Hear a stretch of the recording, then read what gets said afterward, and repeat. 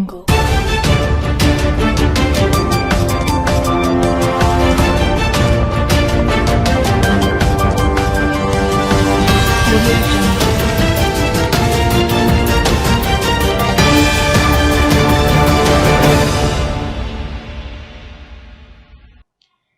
News కి స్వాగతం.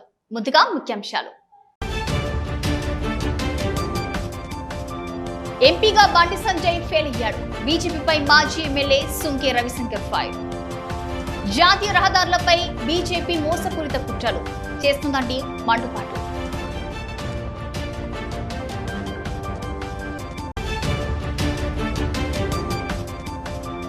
ప్రపంచవ్యాప్తంగా ప్రేక్షకుల ముందుకు వచ్చిన పెద్ద సినిమా.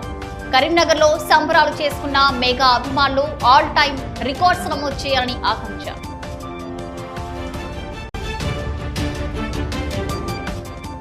ఉపాధి కూలీలకు విచిత్ర సమస్య శాపంగా మారిన రాజన్న ముప్పు. సమస్య తీర్చిన బైక్ సీట్ కవర్ సోషల్ మీడియాలో వైరల్ అవుతున్న వీడియోలు.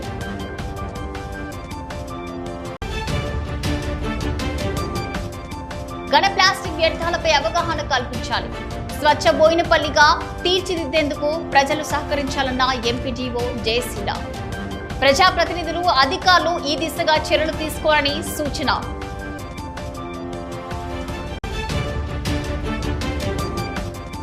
వైద్య సిబ్బందిపై దాడులు సరికాదు, వైద్య ఆరోగ్య సిబ్బందిపై దాడిని ఖండిస్తున్నామన్న హెచ్ఈఎఫ్ దాడులకు పాల్పడుతున్న వారిపై కఠిన చర్యలు తీసుకోవాలని డిమాండ్.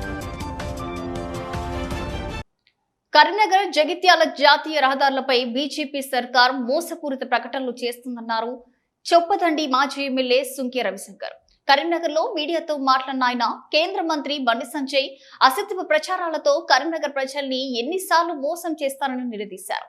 2019లో మంజూరైన జాతీయ రహదారికి మళ్లీ కేంద్ర కేబినెట్ ఆమోద ముద్ర అంటూ డబ్బా కొట్టుకుంటున్నారని ఎద్దేవా చేశారు. 2024లో రెండోసారి ఎంపీ అయిన తర్వాత సెప్టెంబర్లోనే టెండర్లు పూర్తయితాయని ప్రగంభాలు పలకలేదా? అదేవిధంగా 2025లో సెప్టెంబర్లో కరీంనగర్ జగిత్యాల జాతీయ రహదారి పనులు ప్రారంభమవుతాయంటూ వార్తలు రాయించుకోలేదా అంటూ ప్రశ్నించారు. 2019లో మీరు ఎంపీ కాకముందే మాజీ ప్రణాళిక సంఘం ఉపాధ్యక్షుడు వినోద్ కుమార్ ఈ జాతీయ రహదారిని మంజూరు చేయించారని గుర్తు చేశారు. 2 ఏళ్లు ఎంపీగా ఉన్నావు, తట్టడు మట్టి ఎందుకు తీయించలేకపోయావని విమర్శించారు. ప్రతి ఏటా 10ల సంఖ్యలో ఈ రోడ్డుపై ప్రాణాలు పోతున్నాయని, 100ల సంఖ్యలో ప్రమాదాలు జరుగుతున్నాయని అయినా నీకు పట్టింపు లేకుండా పోయిందంటూ దుయ్యబట్టారు.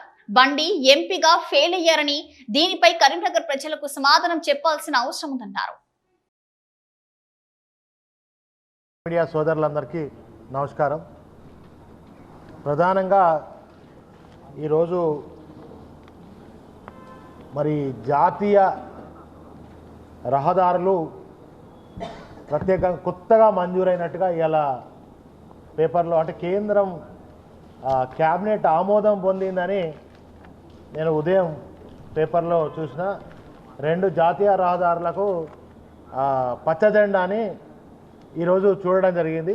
ఇది మరి గతంలో 2016లో బీఆర్ఎస్ ప్రభుత్వం ఉన్నప్పుడు గౌరవ ముఖ్యమంత్రి కల్వకుంట్ల చంద్రశేఖరరావు గారు, అదేవిధంగా కరీంనగర్ ఎంపీగా ఆనాడు వినోద్ కుమార్ గారు కృషి ఫలితంగా NH 563 563 NH వారి కృషి ఫలితంగా ఆనాడు జగిత్యాల టు వరంగల్ వరకు కోదాడ వరకు రోడ్డు మంజూరైంది. కానీ ఇవాళ నేను ఈ పేపర్లలో యాడ్లలో చూస్తున్న దాని ప్రకారంగా ఈరోజే కొత్తగా తెలంగాణకు 4 కీలక జాతీయ రహదారులు, తెలంగాణలో 4 కీలక జాతీయ రహదారుల విస్తరణకు కేంద్ర ప్రభుత్వం ఆమోదం అంటే ఇప్పుడే ఆమోదం, క్యాబినెట్ ఆమోదం అయింది అని నేను ఇలా పేపర్లో కానీ వాళ్ళు బీజేపీ భారతీయ జనతా పార్టీకి సంబంధించినటువంటి నాయకులు పెట్టిన పోస్టర్లలో చూసి కొద్దిగా ఆశ్చర్యపోయినా. ఎందుకంటే ఇది 2016 ఫిబ్రవరిలో గెజిట్ వచ్చింది, అధికారికంగా గెజిట్ వచ్చింది. అప్పుడే టెండర్లను కూడా పిలవడం జరిగింది.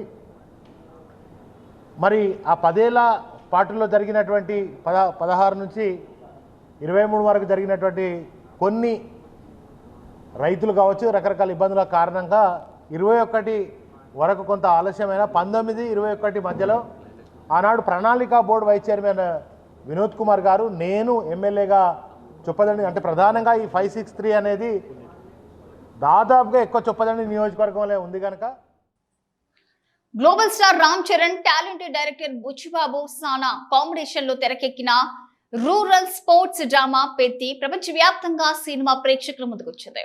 జాన్వీ కపూర్ హీరోయిన్ గా నటించగా కెనడా స్టార్ శివరాజ్ కుమార్, జగపతి బాబు కీలక పాత్రలు పోషించారు. Mythri movie makers Sukumar writings సమర్పణలో వెంకట సతీష్ కిల్లారు గ్రాండ్ గా నిర్మించారు. ఇక ఏఆర్ రెహమాన్ సంగీతం అందించారు. టీజర్, ట్రైలర్ సాంగ్స్ భారీ అంచనాలు పెంచుకున్న పెద్ది ప్రేక్షకుల్ని కూడా అలరిస్తుంది.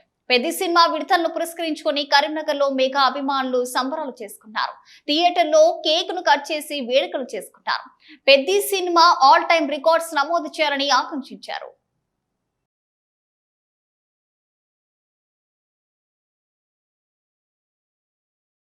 ఈరోజు ప్రపంచవ్యాప్తంగా విడుదలవుతున్న రామ్ చరణ్ గారి పెద్ద చిత్రం బుచ్చిబాబు దర్శకత్వంలో చాలా అద్భుతంగా తీయడం జరిగింది. నిన్నటి నుంచి ప్రపంచవ్యాప్తంగా విడుదలైన ప్రీమియర్ షోలలో ప్రజాదరణ పొందుతూ కుటుంబ ప్రేక్షకులను ఫ్యాన్స్ను ఉర్రూతలూగిస్తుంది. దాదాపుగా పెద్దిలో రామ్ చరణ్ గారి నటన చాలా అద్భుతం.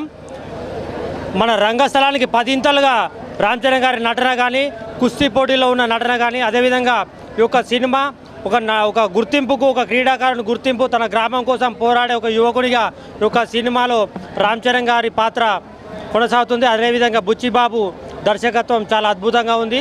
తప్పకుండా ఈ యొక్క చిత్రం ప్రేక్షకులను అలరిస్తూ బాక్సాఫీస్ రికార్డులను బద్దలు కొడుతుందని ఆశిస్తున్నాం. నిన్న నైట్ ప్రీమియర్ షో కూడా చూసినాం. చాలా అద్భుతంగా ఉన్నది సినిమా. రంగస్థలం, అంతకుముందు మగధీర, నెక్స్ట్ రంగస్థలం, ఇప్పుడు పెద్ది చాలా గేమ్ చేంజర్గా చూపించిండు బుచ్చిబాబు. రామ్ చరణ్కు ఇది బ్లాక్ బస్టర్ సినిమా కావాలని ఆశిస్తున్నాం. రాజన్న సిరిసిల్ల జిల్లాలో ఉపాధి హామీ కూలీలకు ఓ విచిత్ర సమస్య ఎదురైంది. వేములవాడ రాజన్నకు మొక్కు చెల్లించి గుండు చేయించుకున్న కూలీలను బయోమెట్రిక్ యాప్ గుర్తించకపోవడంతో పనులకు హాజరు నమోదు చేయడంలో ఇబ్బందులు తలెత్తాయి. ఈ ఘటనకు సంబంధించిన వీడియోలు ప్రస్తుతం సోషల్ మీడియాలో వైరల్ అవుతున్నాయి. జిల్లాలోని వీర్నపల్లి మండలంలోని ఎర్రగడ్డ తాండాకు చెందిన 4 ఉపాధి హామీ కూలీలు ఇటీవల వేములవాడ రాజన్న స్వామికి మొక్కు చెల్లించి తలనీలాలు సమర్పించుకున్నారు. అయితే ఉపాధి హామీ పనులకు హాజరు నమోదు చేసే సమయంలో ముఖ గుర్తింపు ఆధారంగా పనిచేసే యాప్ వారిని గుర్తించలేకపోయింది. దీంతో ఇక హాజరు నమోదు కాకపోవడంతో కూలీలు ఇబ్బందులు ఎదుర్కొన్నారు. యాప్ తమ ముఖాలను గుర్తించేందుకు తలపై ఇక సిట్ కవర్ కప్పి పాత ఫోటోకు దగ్గరగా కనిపించేలా ప్రయత్నించగా యాప్ గుర్తించి హాజరు నమోదైనట్లు చూపించింది. ఈ ఘటన అక్కడున్న వారిని ఆశ్చర్యానికి గురి చేయగా దీనికి సంబంధించిన వీడియో ప్రస్తుతం సామాజిక మాధ్యమాల్లో వైరల్ అవుతున్నాయి. గుండు చేయించుకోవడం రూపంలో స్వల్ప మార్పులు రావడం వంటి కారణాలతో కూలీల హాజరు నమోదు కాకపోవడం సరికాదని, ఇలాంటి పరిస్థితుల్లో యాప్ సులభంగా గుర్తించేలా సాఫ్ట్వేర్ ను అప్డేట్ చేయాలని ఉపాధి హామీ కూలీలు ప్రభుత్వాన్ని కోరుతున్నారు. మొత్తానికి సాంకేతికతతో పారదర్శకత పెరుగుతున్నప్పటికీ ఇలాంటి చిన్న మార్పులకి యాప్ పనిచేయకపోవడం కూలీలకు ఇబ్బందులు కలిగిస్తుంది. ఈ సమస్యపై అధికారులు ఎలా స్పందిస్తారనేది ఇప్పుడు ఆసక్తికరంగా మారింది.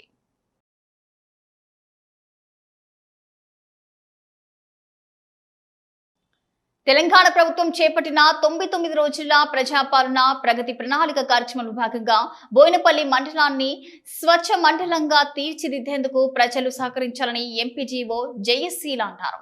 బోయినపల్లి కంపోజ్డ్ షెడ్ ను కూడా పరిశీలించిన ఆమె తీసుకోవాల్సిన చర్యలపై పలు సూచనలు చేశారు. ఈ సందర్భంగా ఎంపీజీఓ మాట్లాడుతూ సర్పంచ్ తో పాటు వార్డు సభ్యులు పారిశుద్ధ్యంపై ప్రజలకు అవగాహన కల్పించాలని అన్నారు. ప్రజలు ఒక్కసారి వాడి పారేసే ప్లాస్టిక్ వస్తువులను వాడొద్దని అన్నారు. కొత్త నియమాలను అనుసరించి గృహగాన వ్యర్థాలను తడి చెత్త, పొడి చెత్త, శానిటరీ చెత్త, ఇతర చెత్త ఇలా 4 రకాలుగా విభజించాలని సూచించారు. ప్రజలందరికీ ప్లాస్టిక్ వ్యర్థాల నిర్వహణ గురించి అవగాహన పెంపొందించాలని కోరారు.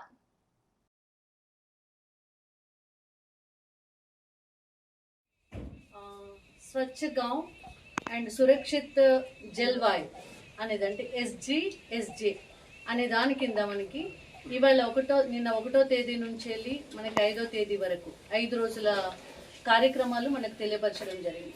దీంట్లో ఏంటంటే మనకు ఇది ఒక పేరు వేరు కానీ అంశాలన్నీ కూడా మన రాష్ట్ర ప్రభుత్వము, మన జిల్లా కలెక్టర్ గారి దిశానిర్దేశం వల్ల మనం ఇక్కడ అమలు చేస్తున్నాం. వాటిలో ఫస్ట్ మనకు గ్రామ పంచాయతీలో మ్యాండేటరీ విధి ఏదైతే ఉంది అంటే శానిటేషన్. ఈ శానిటేషన్ అనేది ఏంటి అంటే మనకి శానిటేషన్ అంటే మీ అందరికి తెలుసు కదా, ఏంటది? పారిశుద్ధ్య కార్యక్రమాలు. పారిశుద్ధ్యము అంటే పరిశుభ్రంగా స్వచ్ఛంగా ఉంచుకోవడం. అది పరిసరాలు మరియు అంటే మన ఇంటి వాతావరణం కావచ్చు, మన ఆఫీసెస్ కావచ్చు, ఇన్స్టిట్యూషన్స్ కావచ్చు, తర్వాత పబ్లిక్ ప్లేసులు కావచ్చు, తర్వాత మనకి ఊరంతా కూడా అంటే ఒక్కొక్క కేటగిరీ అంతా క్లీన్గా ఉంటే ఆటోమేటిక్గా విలేజ్ అంతా కూడా క్లీన్ అయిపోతుంది. దీంట్లో మనం ఏం చేయాలి అంటే ఫస్ట్ దాంట్లో 2 కేటగిరీలను చేసుకుంటున్నాం. ఏంది? డ్రై మరియు వెట్, అంటే పొడి చెత్త మరియు తడి చెత్త అనేది. ఈ పొడి చెత్త లోపల మీకు ఇక్కడ కంపార్ట్మెంట్స్ కనబడుతున్నాయి. వైద్యులు మరియు ఆరోగ్య సిబ్బందిపై దాడులను తీవ్రంగా ఖండిస్తున్నామన్నారు. హాస్పిటల్స్ యాక్షన్ ఫోర్స్ సభ్యులు రాజస్థాన్లోని ఓ ఆసుపత్రిలో విధులు నిర్వహిస్తున్న వైద్యులు మరియు ఆరోగ్య సిబ్బందిపై అమానుష దాడి పట్ల హాస్పిటల్స్ యాక్షన్ ఫోర్స్ తీవ్ర ఆగ్రహం మరియు ఆందోళన వ్యక్తం చేసింది. ప్రజల ప్రాణాలను కాపాడేందుకు రాత్రింబవలు సేవలు అందిస్తున్న వైద్యులు, నర్సులు, టెక్నీషియన్లు మరియు ఇతర ఆరోగ్య కార్యకర్తలపై దాడులు జరగడం దురదృష్టకరమన్నారు. ఇటువంటి ఘటనలు వైద్య వ్యవస్థ మనోధైర్యాన్ని దెబ్బతీయడమే కాకుండా సమాజానికి అందుతున్న ఆరోగ్య సేవలపై కూడా ప్రతికూల ప్రభావం చూపుతాయన్నారు. వైద్య వృత్తి ఒక సేవ ధర్మమని, అత్యవసర పరిస్థితుల్లో ప్రాణాపాయ స్థితిలో ఉన్న రోగులకు చికిత్స అందించే సమయంలో వైద్యులు మరియు ఆరోగ్య సిబ్బంది అనేక సవాళ్లు ఎదుర్కొంటున్నారన్నారు. అలాంటి వారిపై హింసాత్మక చర్యలు సమర్థనీయం కావన్నారు. ఇక వైద్యులపై దాడులు చేసే వారిపై కఠిన చర్యలు తీసుకోవాలని డిమాండ్ చేశారు.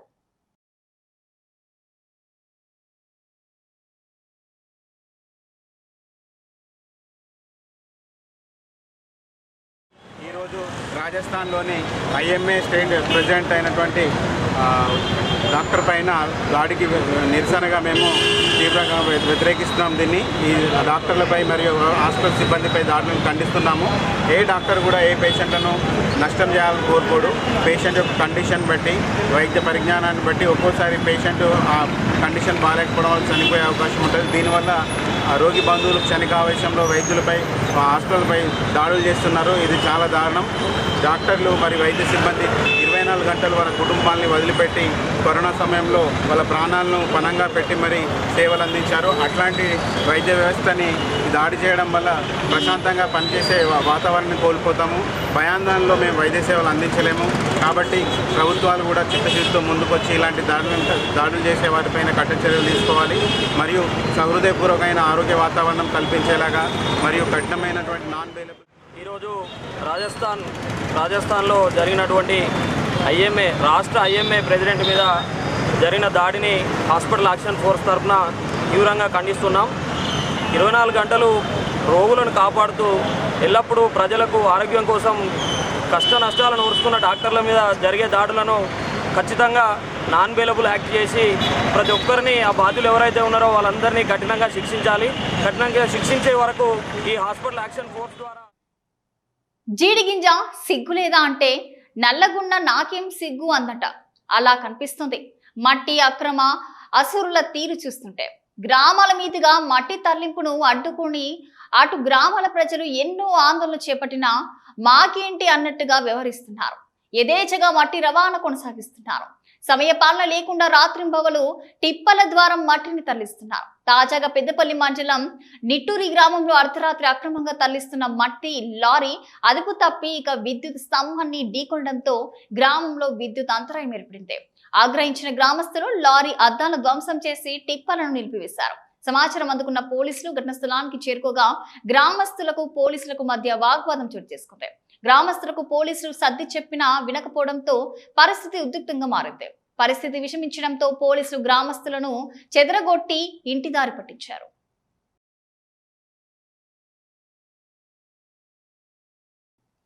కరీంనగర్ జిల్లా Thimmapur Jyothishmathi institute of technology and science కళాశాలలో ఈ నెల 12 వరకు తెలంగాణ బెటాలియన్ ఎన్సీసీ ఆధ్వర్యంలో కంబైన్డ్ యూనివల్ ట్రైనింగ్ క్యాంప్ ప్రారంభించారు.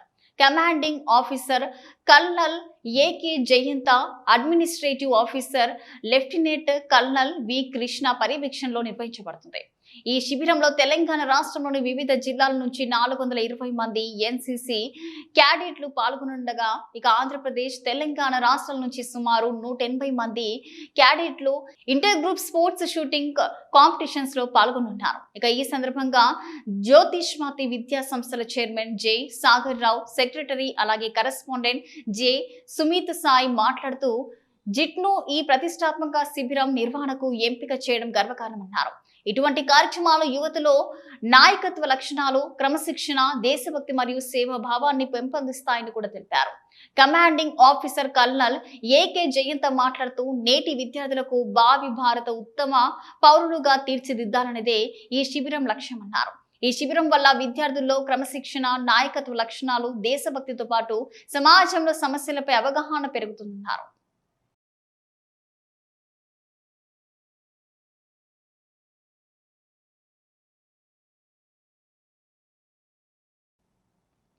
నేడు సంకటహార చతుర్థి పురస్కరించుకొని కరీంనగర్ జిల్లా కేంద్రంలోని అశోక్ నగర్ లోని వాసవి మాత కాలనీలో గల శ్రీ వాసవి కన్యకా పరమేశ్వరి దేవి ఆలయం నందు ఆలయ ప్రధాన అర్చకులు ఫణి శర్మ బృందం ఆధ్వర్యంలో గణపతి భగవానుకి ఫల పంచామృత అభిషేకంతో పాటు విశేష పూజలు నిర్వహించారు.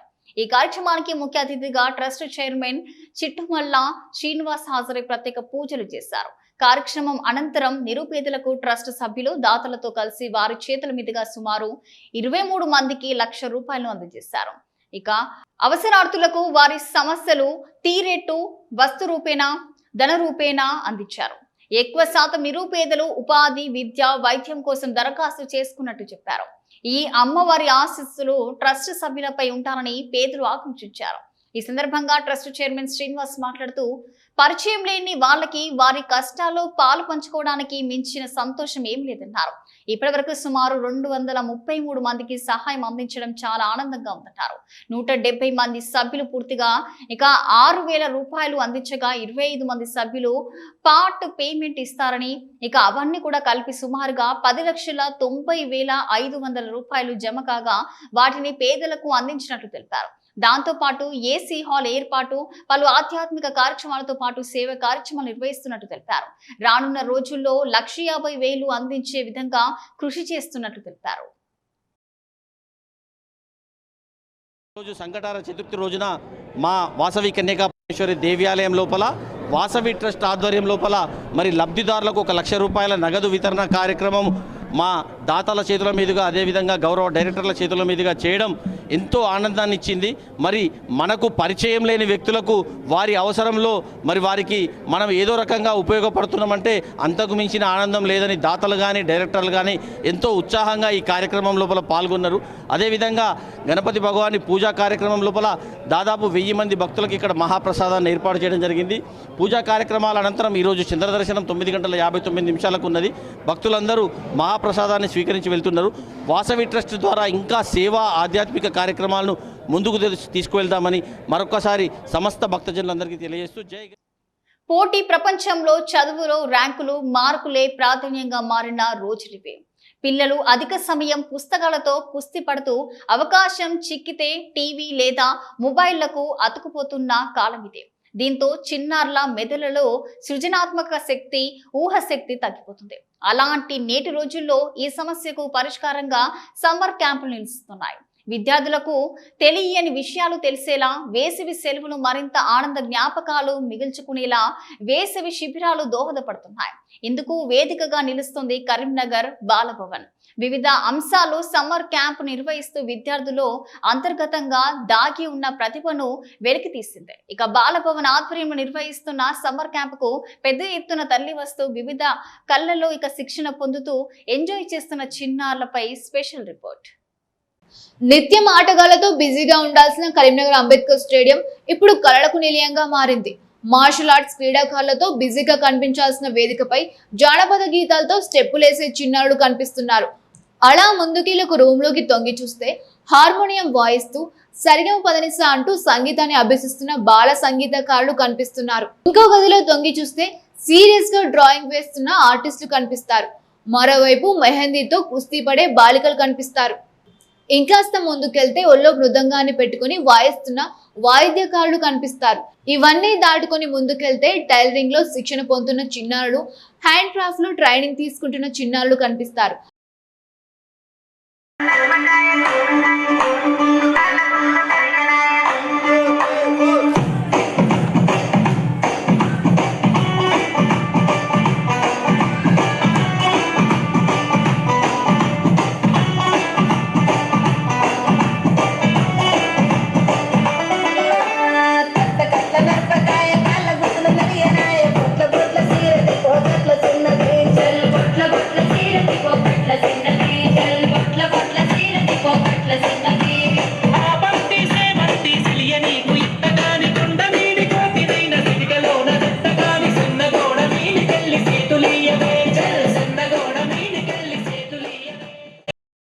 మీ పిల్లలకు కూడా సంగీతంపై ఆసక్తి ఉందా?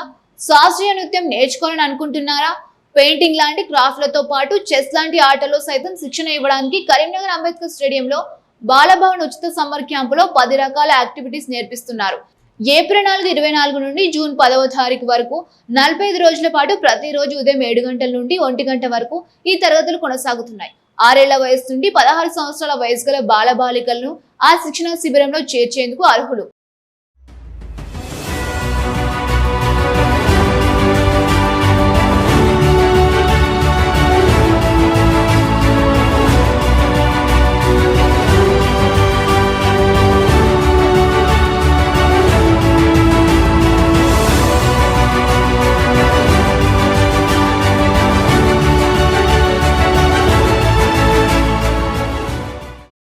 తొలుత కేవలం 5 అంశాలతో ప్రారంభమైన సమ్మర్ క్యాంప్ కలెక్టర్ నుండి అప్రూవల్ రావడంతో ఇప్పుడు 10 అంశాల్లో శిక్షణ ఇస్తున్నారు. ఉదయం 9 గంటల నుండి 10 గంటల వరకు డాన్స్, 9 గంటల 30 నిమిషాల నుండి 10 గంటల 30 నిమిషాల వరకు సంగీతం, మృదంగం, 10 గంటల 30 నిమిషాల నుండి 11 గంటల 30 నిమిషాల వరకు చిత్రలేఖనం, కుట్లు, అల్లికలు, మెహందీ, ఆర్ట్ అండ్ క్రాఫ్ట్స్ తదితర కళల్లో శిక్షణ ఇస్తున్నారు. ఈ శిక్షణ శిబిరాల్లో సుమారు 300 నుండి 500 వరకు పిల్లలు వివిధ అంశాల్లో శిక్షణ తీసుకుంటూ రాటుదేలుతున్నారు.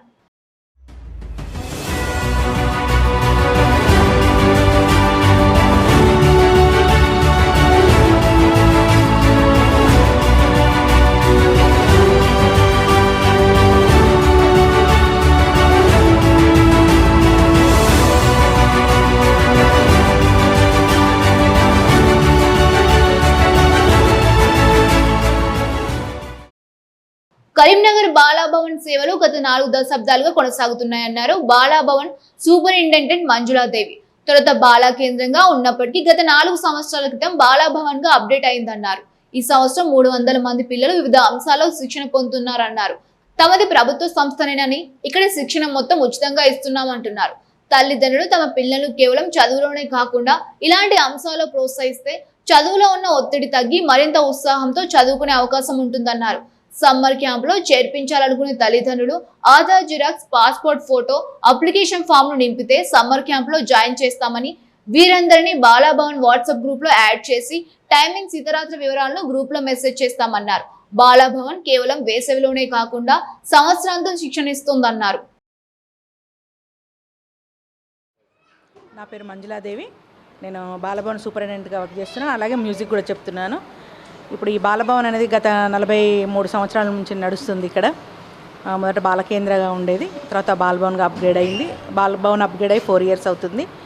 అలాగే పిల్లలకి ఏంటంటే ఈ వేసవిలో వాళ్ళు బయటకు వెళ్ళకుండా, లేకపోతే ఫోన్లకు కానీ మన టీవీలకు కానీ అటాక్ట్ కాకుండా ఏదైనా కళలు నేర్చుకోవచ్చు. ఇక్కడ నేర్చుకుంటే వాళ్ళకి కొంత ఆధ్యాత్మికత కూడా అలవాటు అవుతుంది. ఇప్పుడున్న జనరేషన్ చాలా ఫాస్ట్గా ఉంది కనుక వాళ్ళకు కొంత ఏదో ఒక స్పోర్ట్స్ కావచ్చు, లేకపోతే దీంట్లో డ్యాన్స్, మ్యూజిక్ ఏదైనా కావచ్చు, ఏదైనా నేర్చుకుంటే పిల్లలకు మంచి భవిష్యత్తు ఉంటుంది. పిల్లలకు కూడా మంచి మంచి అవకాశాలు ఉంటాయి.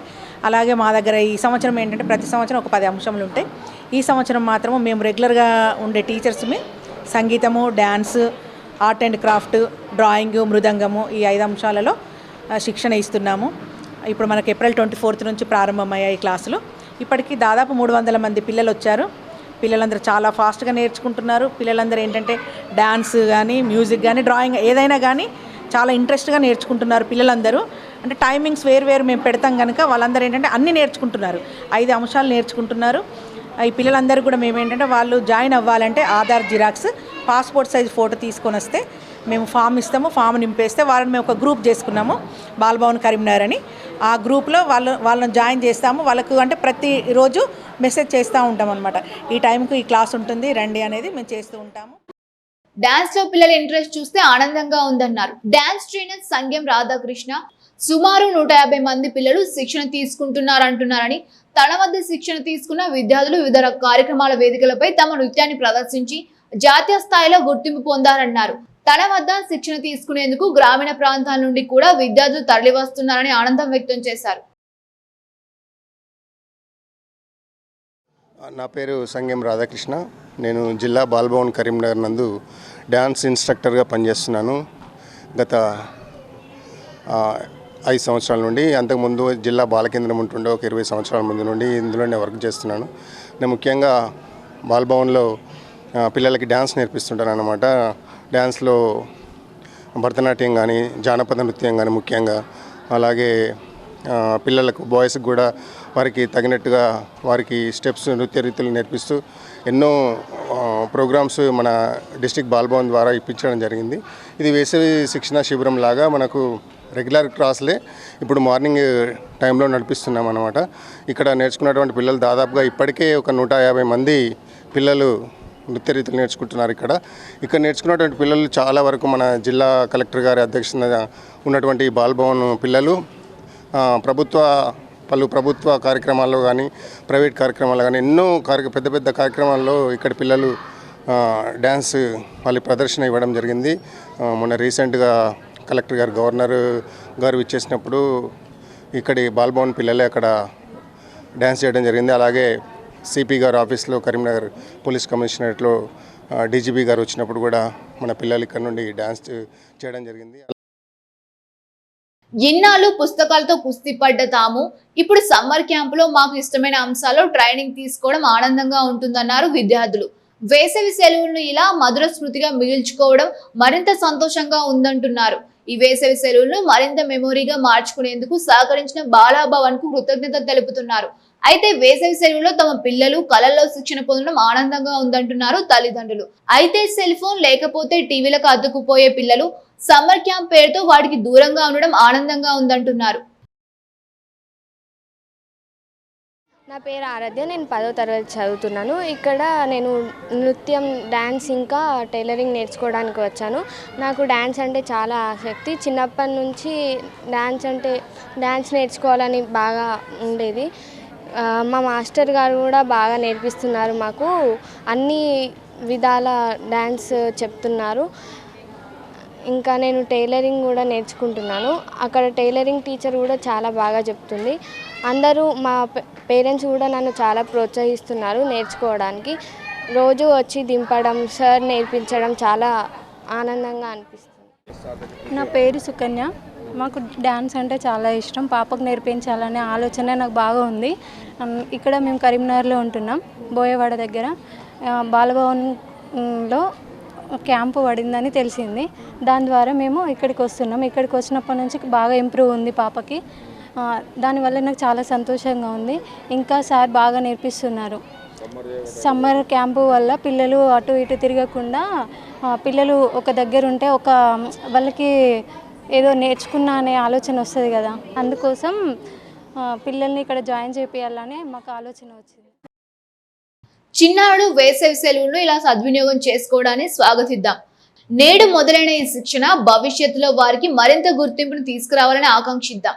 ఈ చిన్నారులు భవిష్యత్తులో ఇటు చదువులతో పాటు కళల్లో సైతం ఉన్నత శిఖరాలు అధిరోహించాలని కోరుకుందాం.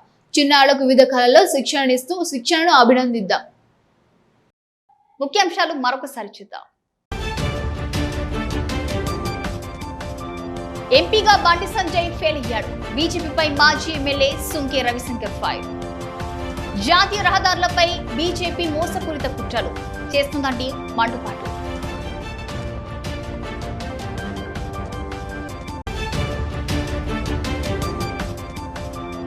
ప్రపంచవ్యాప్తంగా ప్రేక్షకుల ముందుకు వచ్చిన పెద్ద సినిమా. కరీంనగర్ లో సంబరాలు చేసుకున్న మెగా అభిమానులు ఆల్ టైమ్ రికార్డ్స్ నమోదు చేయాలని ఆకాంక్ష.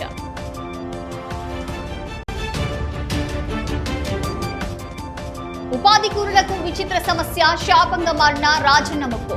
సమస్య తీర్చిన బైక్ సీట్ కవర్ సోషల్ మీడియాలో వైరల్ అవుతున్న వీడియోలు.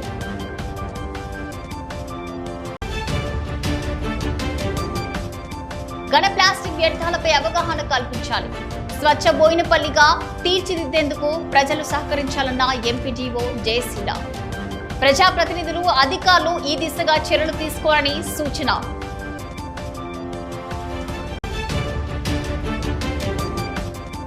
వైద్య సిబ్బందిపై దాడులు సరికాదు, వైద్య ఆరోగ్య సిబ్బందిపై దాడిని ఖండిస్తున్నామన్న హెచ్ఈఎఫ్. దాడులకు పాల్పడుతున్న వారిపై కఠిన చర్యలు తీసుకోవాలని డిమాండ్.